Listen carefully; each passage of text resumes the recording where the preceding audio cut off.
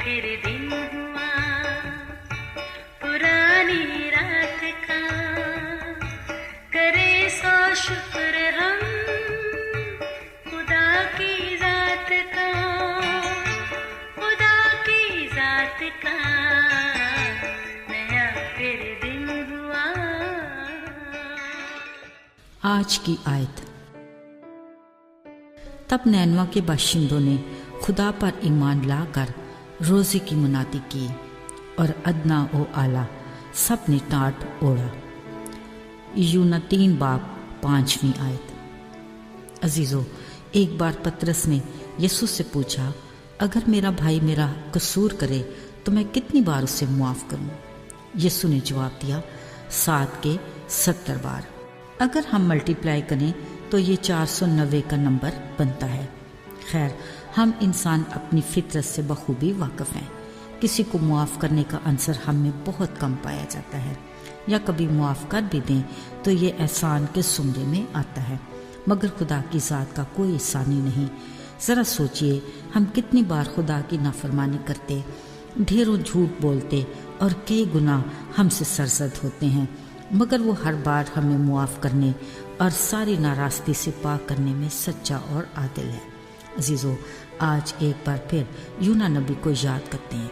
कैसी दिलेरी से उसने खुदाए अजीम के हुक्म को तोड़ा, अपनी जिम्मेदारी से मुंह मोड़कर खुदा के खिलाफ दूसरी राह को चल दिया और एक बड़े बहरी जहाज में छुपकर सो गया। हैरत की बात यह है कि दूसरों की तरह अगर वो भी समंदर में तूफान से बचने के लिए अपने खुदा से दुआ मांगता तो ऐसा मुमकिन नहीं था कि खुदा ना सुनता, मगर उसने खुद को समंदर की लहरों के हवाले करना खुदा का हुक्म मानने से ज्यादा तरजीह दी।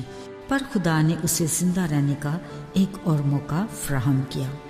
3 दिन रात मछली के पेट में रहने के बाद खुदा के हुक्म से जैसे ही मछली ने उसे खुश्की पर उगला, खुदा ने यूना नबी को कहा, उठ नैनवा शहर को जा और जिसका तुझे हुक्म दिया था मुनादी कर।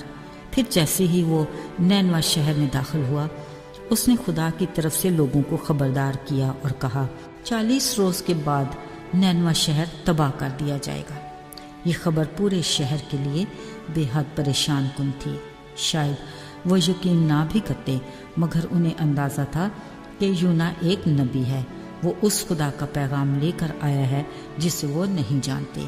पर उसी वक्त वो यूना नबी के खुदा पर ईमान लाकर हर अदना व आला ने रोज़ा रख कर टाट ओढ़ा। जैसे ही बादशाह ने सुना, कलाम में लिखा है, उसने भी अपना शाही लिबास उतार कर टाट ओढ़ा और राख पर बैठ गया और मुनादी कर दी कि कोई इंसान या हैवान ना कुछ खाए ना पिए। खुदा से गिरे आज़ारी करके बुरी रवश और हाथ के जुल्म से बाज आए, इस उम्मीद के साथ कि खुदा ज़रूर रहम करेगा और अपने कहरे शदीद को हमसे बाज रखेगा ताकि हम हलाक ना हों। अजीज़ों, ज़रा ये मंजर अपनी निगाह में लाते हैं कि जब खुदा ने आसमान पर से निगाह करके नैनवा के लोगों की आजिज़ी और खाकसारी देखी, वो किस कदर खुश हुआ होगा, और ये भी कि उन्होंने अपने बुरे कामों को तर्क कर दिया। तो मेहरबान खुदा फौरन अपने कहर से बाज आया। कैसा खूबसूरत नज़ारा था ये कि आलमे बाला पर खुदा की तमजीद और ज़मीन पर सुलह। अजीज़ों, ऐसे में हमारे अज़ली दुश्मन इब्लीस की चालाकी देखिए। यूना नबी ये सूरत हाल देखकर शदीद नाराज़ हुआ, इतना कि खुदा से अपनी मौत की मिन्नत करने लगा। अजीज़ों, यहाँ यूना नबी का मनफी और मशकूक किरदार इंतहाई मायूस कुन है। मेहरबान खुदा का गुनाहगार लोगों पर रहम उसे एक आंख न भाया। उसे खुदा की मर्जी, उसके फैसले से ज़्यादा अपनी अनापरस्ती और खुदी को तरजीह दी। उसने खुदा से शिकवा किया कि ऐ खुदा, मुझे मालूम था कि तू रहीम और करीम है, कहर में धीमा और शफकत में गनी। मुझे यकीन था कि तू नैनवा पर अपने अजाब को नाजिल करने से पास रहेगा। अफसोस, खुदा का अपने ऊपर किया रहम तो उसके मन को भाया था, मगर लोगों से आबाद शहर पर खुदा का रहम एक आंख न भाया। अजीज़ों, अगर हम सच की आंख से देखें और हक की ज़ुबान बोलें तो आज के मसीही और कलीसियाओं में अक्सर यूना नबी के किरदार से मुख्तलिफ नहीं।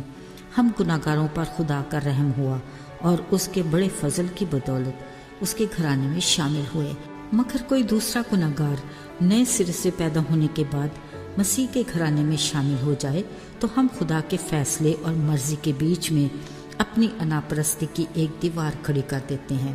یاد رہے، ہمارا یہ رویہ مسیحی عقیدے کے بالکل برعکس ہے، کیونکہ خدا محبت اور معافی کا خدا ہے۔ وہ کسی کے حکم کا پابند نہیں اور اسے کسی کی مشورت کی ضرورت نہیں، پھر بھی وہ اپنی محبت میں ہمارے منفی رویت کو برداشت کر کے ہمیں بار بار سدھرنے کا موقع دیتا ہے۔ ہمیں خدا کے بڑے فضل کی ضرورت ہے تاکہ ہم غیر ضروری الجھنوں سے آزاد رہیں، تاکہ اس کے حضور سے ہمارے لیے تازگی کے دن آتے رہیں۔ آئیے دعا کریں۔ آئے آسمانی باپ، ہم تیرے شکر گزار ہیں کہ تیرا کلام ہماری زندگی کے ہر معاملے میں ہماری رہنمائی کرتا ہے۔ ہمیں توفیق دے کہ ہم تیری دی ہوئی محبت کو دوسروں میں بانٹیں۔ اپنے بڑے فضل سے ہمیں اس قابل بنا کہ ہم انجانے لوگوں کو اپنی گواہی کے ذریعے تیرے گھرانے میں شامل کرنے کا وسیلہ بنے۔